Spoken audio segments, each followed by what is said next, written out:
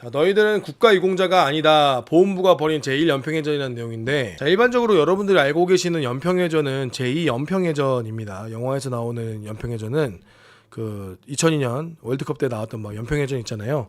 그때는 우리가 승전하기 이기긴 했지만 그때 우리가 357 정이 이제 가라앉았죠. 그래서 우리가 약간 그 슬픈 역사로 기억하고 있고, 참전했던 전우들이 전사하는 그런 일들이 발생해서 국민적 관심이 좀 많았는데, 실제적으로 제2연평해전이 일어나기 전에 제1연평해전이 먼저 일어났고, 그때 우리가 대승을 거둡니다. 그때 우리가 빼군 이 군함을 침몰시켜 버릴 정도로 또 엄청난 대승을 거둬요. 그래서 북한 애들이 이를 갈고 복수를 준비한 게 제2연평해전이거든요. 연평해전이 벌어지기 전 제1연평해전이 일어났습니다. 자, 그 제1연평해전 내용을 먼저 보면은 1999년 6월 달에 벌어진 제1연평해전이고요. 이때 참전 장병들이 많은데, 그때 뭐 수병만 이야기하겠습니다. 수병이 10명이 있었는데 그 중에 2분은 돌아가셨어요. 근데 그분 돌아가신 게 좀 깨름칙합니다. 돌아가신 게 아마 PTSD 때문에 고통받다가 돌아가셨다라는 생각이 들 정도로, 좀 말씀은 안 드리겠지만 아무튼 그랬습니다. 근데 이분들이 그 이후에 PTSD로 되게 고통받았어요. 왜냐면 총으로 북한군을 쏴 죽였잖아요. 실제로 총을 맞기도 했어요. 그래서 막 피냄새, 총냄새, 쇠냄새, 그런 PTSD가 있습니다. 그 젊은 나이에 전투를 했으니까 실제로. 근데 그 PTSD에 대해서 전혀 인정해주지도 않았고, 그리고 이들이 그 싸웠는데 국가유공자가 안 됐어요. 그리고 되게 재밌는 거는 당시에 실제로 현장에 있지도 않았던 장교들은 훈장을 받았는데 이들은 훈장도 안 받았습니다. 그냥 포상휴가 받고 다야. 개판인 거지. 실제로 현장에서 전투를 했던, 실제로 적과 싸웠던 인원들에 대한 대우는 제대로 안 이루어졌고, 심지어 제대로 치료도 이루어지지 않았습니다. 아무튼 그래서 이제라도 그 잘못된 것을 되돌리기 위해서 국가유공자 신청을 했는데 국가유공자가 제대로 이루어지지 않았죠. 연평해전 용사들 25년 만에 국가유공자를 신청했는데 비해당됐다. 아니, 서해 수해날이라고 지금까지 제2연평해전, 그 다음에 연평도 포격전, 그 다음에 천안함, 이런 것들은 지금까지 다 잘 챙겨줬는데 우리가 그 전에 있었던 교전인데 왜 우리는 안 챙겨주냐? 우리는 이겼기 때문에, 우리는 승전했기 때문에, 우리는 전사하지 않아서 인정해주지 않는 것이냐? 라고 시위를 했었고, 저 시위 현장에 캡틴 김상호도 있었습니다.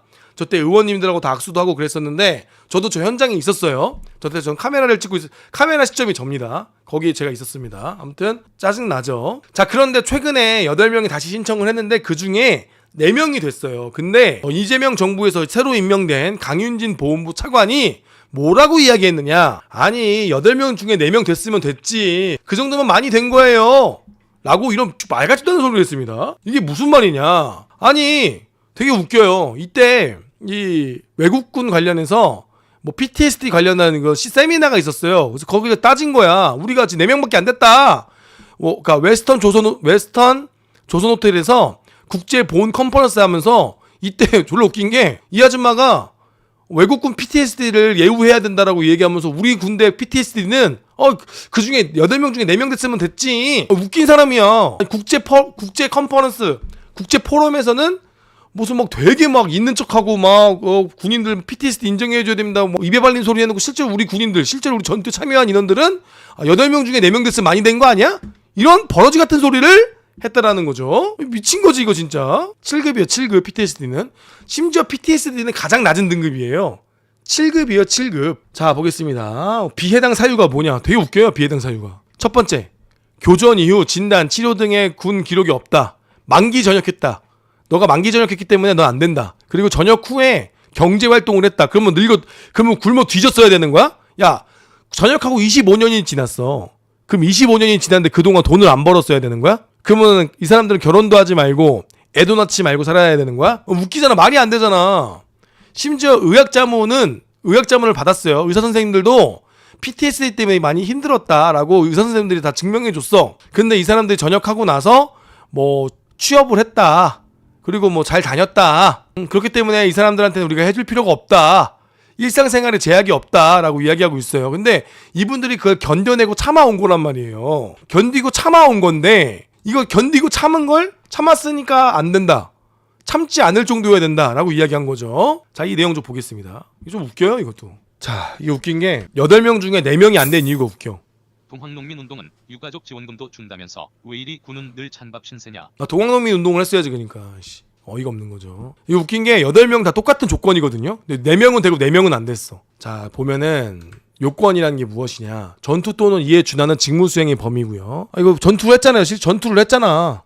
그죠? 전투를 했습니다. 자, 근데 이제 주요 사유가 이런 게 나오고, 희생에 대한 특별한 보상. 이게 무슨 왜 이야기 나오는가? 이 보훈부 차관이 이런 말을 했어요. 특별한 희생에 특별한 보상으로 답하겠습니다. 보훈부 차관 강윤진. 자, 그런데 특별한 보상이 뭐죠? 모욕인가요?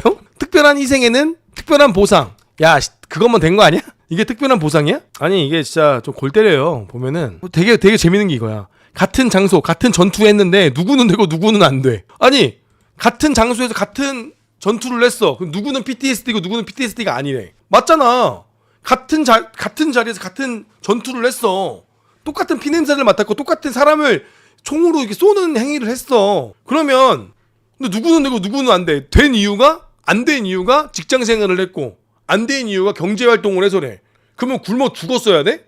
결혼을 했고 내가 애아버지인데 자식 새끼 위해서 그냥 끙끙 참아왔던 거고 참고 인내했던 거지. 그게 내가 참고 버틴 게 잘못된 거야? 내가 열심히 산 게 잘못한 거야? 근데 PTSD가 있다니까? 근데 네가 열심히 살아서 안 된대.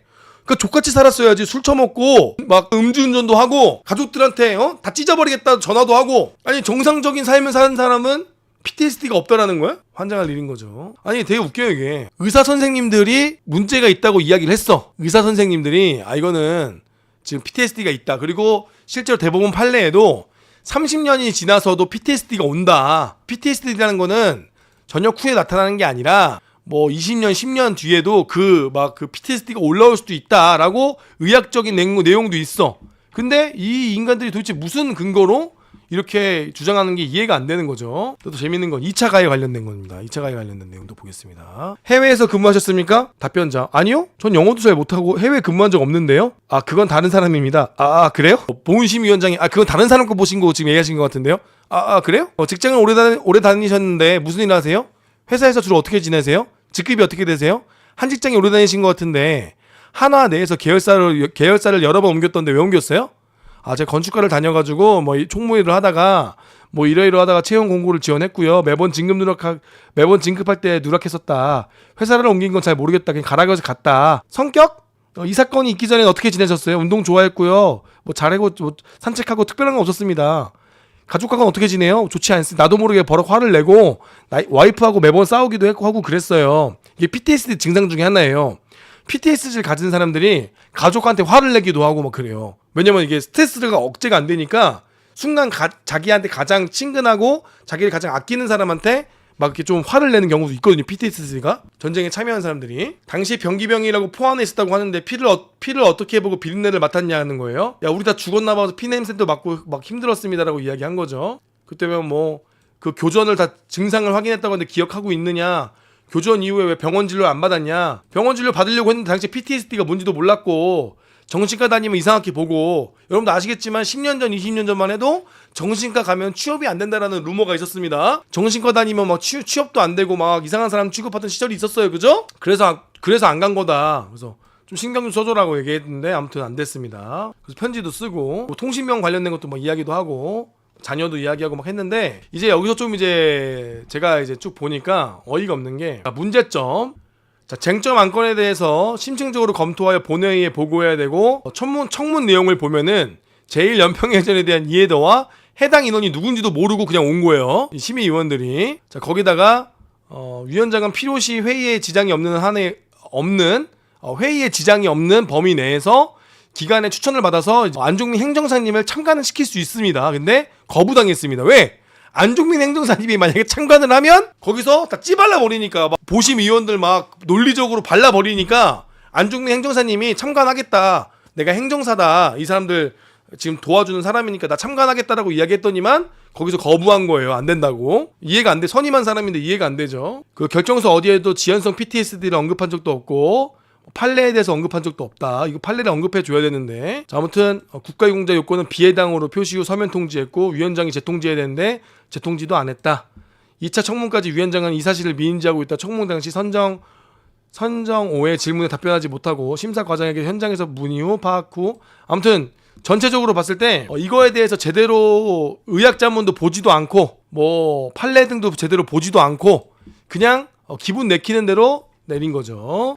의사 선생님들은 PTSD라고 하는데 일단 저 사람들이 제1연평해전이 뭔지도 모르고요.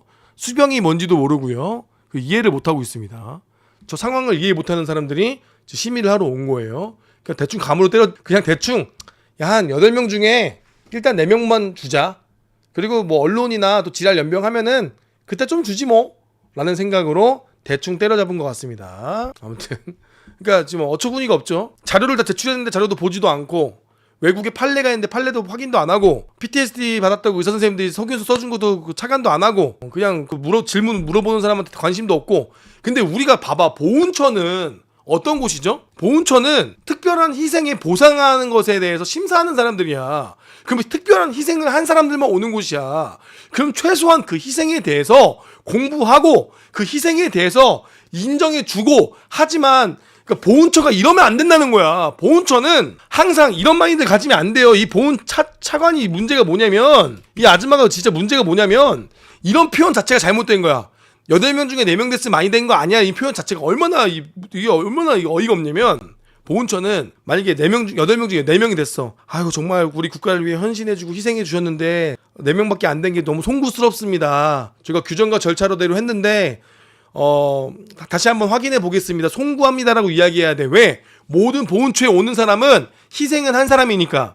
희생을 한 사람에 대해서 야, 그 정도면 됐지라고 이야기하는 건 보훈처가 잘못된 거야. 보훈처는 법과 제도에 따라서 했는데 이거밖에 못 드려서 죄송합니다라고 이야기하는 게 보훈처인 거지. 야, 이 정도면 됐잖아라고 이야기하는 보훈처가 아니야. 우리는 보훈처에게 이것을 줄 수 있는, 심사할 수 있는 권한을 줬지 권력을 준 게 아니란 말이야. 심사할 수 있는 권리를 줬는데 이거를 권한으로 생각하고 지들이 엄청난 권력으로 생각하고 이거를 함부로 휘두르려고 준 게 아니란 말이야. 그러면 일단 무조건 저렇게 됐으면 죄송합니다. 저희가 법과 원칙으로 했는데 희생에 대해서 제대로 보상이 안 된 것 같은데 송구스럽지만 법과 제도가 이렇습니다 라고 이야기해야 되는 게 맞는 거지. 이게 무슨 소리야 도대체. 자, 그런데 과연 윤석열 정부의 차관 연평해전의 영웅 이희환 대령은 달랐을까? 이희환 대령은 제2연평해전에서 다리 하나를 잃은 전쟁 영웅, 전투 영웅으로 우리가 알려져 있습니다. 그래서 이희환 차관이 됐을 때 우리가 많이 기대를 했어요.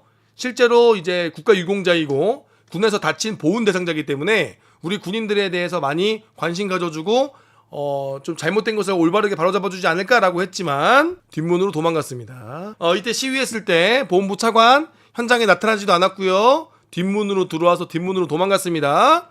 여기에 이재명도 오고 이준석도 오고 당시 국회의원들 다 와가지고 보고 갔는데 우리 차관님은 뒤로 도망갔습니다. 당시에 차관이 왔었거든요. 차관님은 현장에 오지도 않았습니다. 네, 보수는 무시하고 좌파는 조롱한다. 우파는 조롱하고 좌파는 조롱하는 이런 어처구니 없는 상황. 어이가 없죠. 더 웃긴 건 이런 거예요. 제2연평해전에 실제 전우가 있는데 357 정이 가라앉을 때 358 정이 열심히 싸웠습니다. 그 358 정도 PTSD와 이런 걸로 고통받고 있는 전우들이 있어요. 이때 형님들도 나이가 비슷하죠. 제1연평해전이랑 제2연평해전 형님들의 나이대가 비슷합니다. 근데 이 형님들도 적과 싸워서 이기는 사람들이고 이때 당시 이 인원들이 어떻게 했는가?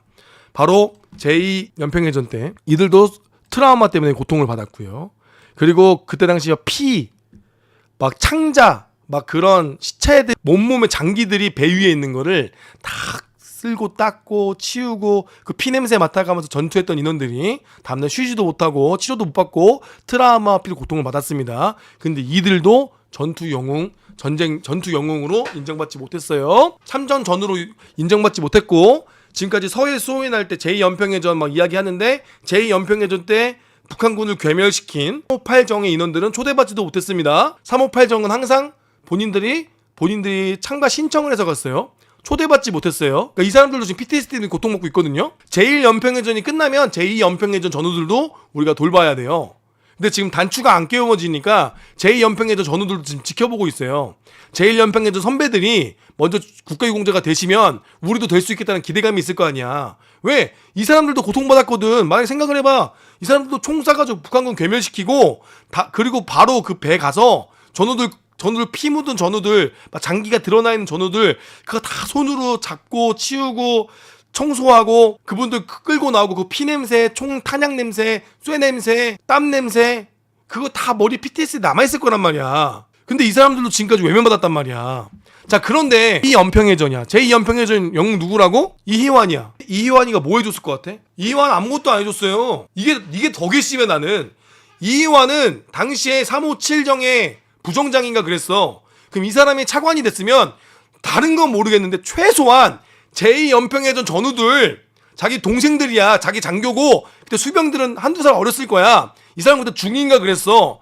그럼 자기 동생들 자기 부하들 다시 불러다가 밥도 좀 사주고 서해수호의 날 초대도 좀 하고 지금까지 외면받았던 너희들 내가 챙길게 라고 했어야지. 이 사람은 하나도 안 했어. 지만 국가유공자 되고 국가유공자 할 때 자기 그때 같이 참전했던 동생들 부하들 챙겨줬어야지. 이 사람 아무것도 안 했다니까? 그러니까 덜 받는 거야. 내가 최소한 당신이 그 자리에 앉혀뒀던 건 당신들 부하들 당신과 비슷한 처지에 있는 사람을 챙기라고 차관 자리에 앉혀줬으면 다른 건 모르겠어. 육군은 모르겠고 해군은 모르겠는데 최소한 제2연평해전 358정 친구들은 358정 형님들은 너가 챙겼어야지 희환아. 이게 문제라는 거야. 이게 너만 국가유공자 되고 자기 부하 동생들이잖아. 동생들. 내가 장교면 내 동생들이었잖아. 그럼 내가 장교면 내 부하들 먼저 챙겨야 되는 거 아니야. 내가 국가유공자 되기 전에 야 이렇게 하면 국가유공자 될 수 있으니까 우리 같이 신청하자. 내가 도와줄게라고 했어야 되는 거 아니야? 본인만 국가유공자 돼버리고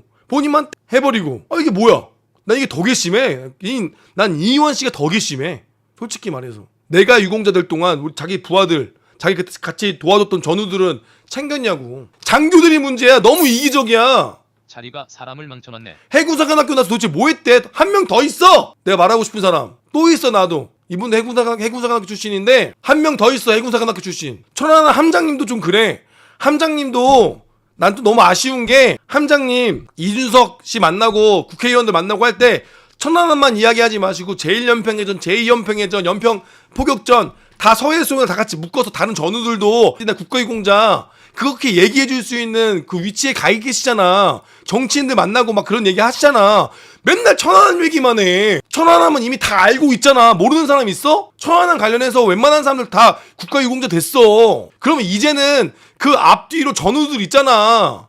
그럼 함장님이 어른이고 함장님이 정치인들 많이 만나는 위치면 그 사람들도 챙겼어야지. 함장님이 이준석 씨 만나고 함장님이 누구 뭐 민주당 국민의힘 이재명 만날 때 그때 함장님이 제1연평해전 전우들도 제2연평해전 전우들도 있다 같이 얘기해 주면 좋잖아. 근데 너무 그 얘기를 안 해주셔. 너무 천안함 얘기만 해주셔. 아무튼 너무 아쉬워요. 아쉬워 함장님도 좀 아쉬워. 그런 역량이 그런 위치에 있고 그런 기회들이 많았는데 좀 그런 기회를 많이 못 쓰셨어 함장님이. 자 아무튼 오늘은 또 열심히 또 이렇게 열을 올려봤습니다. 자 아무튼 잘 보셨는지 모르겠습니다. 열심히 또 떠들어봤고 목이 다 쉴 정도로 또 이렇게 열을 내봤네요.